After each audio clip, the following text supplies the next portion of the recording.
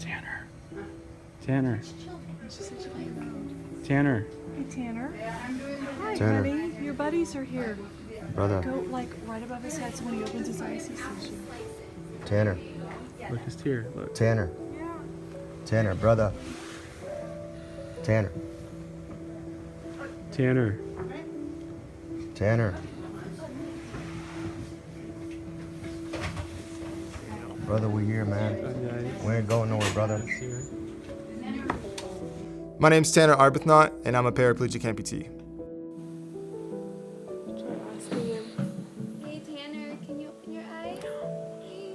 I was born in Florida, down in Fort Myers, right after a big hurricane. My father was in law enforcement, my mom was a teacher, so we grew up kind of out in the boonies of Fort Myers, and ended up moving up to Washington State when my dad got a big job opportunity in law enforcement. Really changed my life and kind of started everything for me when it comes to sports, because I didn't have a lot of friends up there, so it just came down to finding friends in sports, and that's really where my passion for just going out and doing any type of sport and being an athlete came. But my whole childhood was really just revolved around football, basketball, baseball.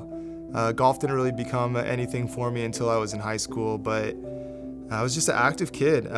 Everything I've ever done is just outside. I don't like to be inside. It was, the classic story about the young kids growing up in the 90s and the early 2000s where the lights go off and you got to go home, or you get the call from your mom from up the street and you hear her screaming, you got to go home, or the neighbors get a call at the home phone and tell you, get your butt back to your mom's house before you're in trouble. So everything growing up was just outside for me, and always had a passion to just try to do more and more and more and push myself. So I was never content with the sports that I was good at. Wanted to find something new that I could be better than other people at, and so it was a big bounce thing for me. Just always constantly doing things and just grew up really active. And the golden year is the age of the day of your birthday, right? So my birthday is pretty significant to me, February 22nd, 1993. Everything was 22 my entire life. 1993 adds up to 22 if you add it up. I was born at 11'11". I was like 22 inches long. My weight added up to 22. Everything was 22 when I was born, right? That became a very significant number in my life. So now here I am, 22 years old. I know it's my golden year, and things are golden. Things are perfect. I've got a beautiful girlfriend.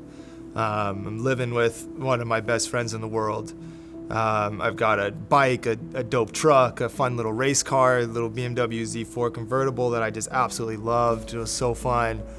I had a take-home work van, so I didn't have to worry about any of that. Everything was taken care of, right? I'm just great job, great friends, great everything. Things just really going well. Started getting back into golf again, and just really started seeing a future. And that year was truly my golden year. January 29th, it was 2016. I went out with my friends that night, had some drinks. We went out to a laser tag place where you get like actual rifles and stuff. Stayed out late, 1 o'clock in the morning or something, 2 o'clock in the morning, got some pictures there. And it was the last normal night of my life. It was a typical Friday night for us. We always went out and did something, and it was always the entire group of friends. We were always together. It was almost every night of the week we were together. We were very close friends. And the next day, I was meeting up with my girl. I had just got her a new car. We had done this whole process and bought it, needed to get it registered. So I went and I picked her up that morning. Went to the DMV, got it registered, said goodbye because I was gonna go meet up with my boys. Yeah, later on the day goes, we were hanging out at his garage, just working on the car. Some of them I wasn't working on the car, I was just hanging out. And they all went to go get lunch, and I told them, like, I'm out. Like, I'm supposed to be having dinner with my family at my parents' house tonight and my girl, so, I'm gonna go head over there. And actually, a couple of my buddies said, like, come on, like, just let's kick it today, this and that, I forget what it exactly was, but basically, like, let's go get some food first and then go do your thing. And I said no, I wanted to go ride. It was January 30th in Washington. How often do you get, a sunny day? It never happened. So stressed from a lot of work and stuff, I just wanted to go ride and have some fun. So I went to this road where there's curves, and I just cruised, just had a nice little cruise. Came home. My dad was getting his bicycle out and going to just ride his bicycle. He was trying to lose some weight at the time. And he told me, he said, I told him, if you're going out to ride your bike, I'm going to go take one more loop in mine because I'm going to have to put the bike away for a while after this because of the weather.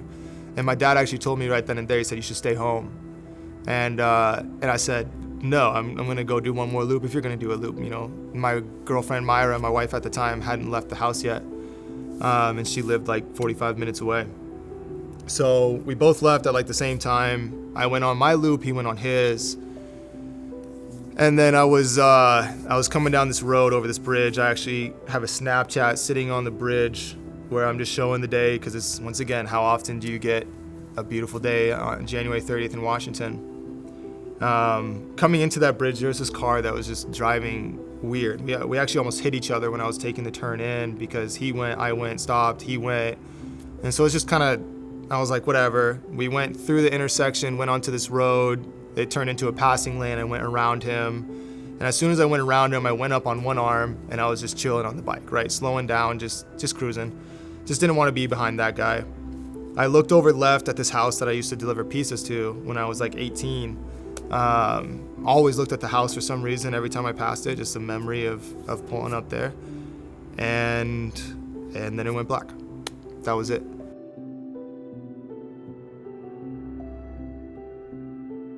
Just right after that, my dad, like I said, my dad was riding his bicycle, right? And he was actually right down the road. And like I said, my dad's been a cop at that point 20 plus years. And as he rides down the road, he sees commotion. And I just out of curiosity, professional curiosity, to see if he could go help someone, just rides his bicycle down. And next thing you know, he sees me laying there on the ground next to my bike, just blood flowing through my pant leg. And yeah, so when I actually, and I don't remember this, but I had just gotten in a motorcycle accident. And when I woke up, right there at the scene of the accident, I was right there with my dad. And he asked me, hey, what do you feel? Like, what is it? And if I remember correctly, I told him, you know, I can't feel my legs, and my back really hurts or something. I tried to move, and he told me not to. I passed out, like, right after that. And then just a godsend thing. My girlfriend at the time, she went the same way to my parents' house for 2 years anytime we went there, right? She's the typical girl, doesn't want to get lost, doesn't want to go a new direction. I argued with her all the time, just take this turn and it'll take 15 minutes off your drive, but she never did it. That day, for some reason, she was sitting at that stoplight where she could have gone straight the way she always goes, or she could have taken a right the way I told her to go, and she decided to take a right. And she was driving there. She sent me a text. She knew I was on my bike, and we were going to be meeting back at my parents' house. And she sent me a text basically just saying, like, I don't remember, honestly. It's something about, are you okay, or something, because I hadn't responded back in a while. And we had each other's locations, and so she saw that I was just in the same spot. And she ends up pulling up to that road across the bridge and gets stuck in traffic, just dead stop traffic everywhere you could see. And I guess she didn't really think much of it at first, and then when she looked at the location, it kind of registered that I wasn't responding and that I was still there. So she got out of her car and ran up. And I don't want to misquote, something along the line, she heard someone say the red motorcycle, and she knew right away. And so she had sprinted through the crowd and just ran towards my body. And luckily my dad was there to grab her and make sure she didn't jump on me or anything. But she unfortunately ended up right there at the accident too. Her and my dad both saw me right there just laying on the ground, bleeding out, dying.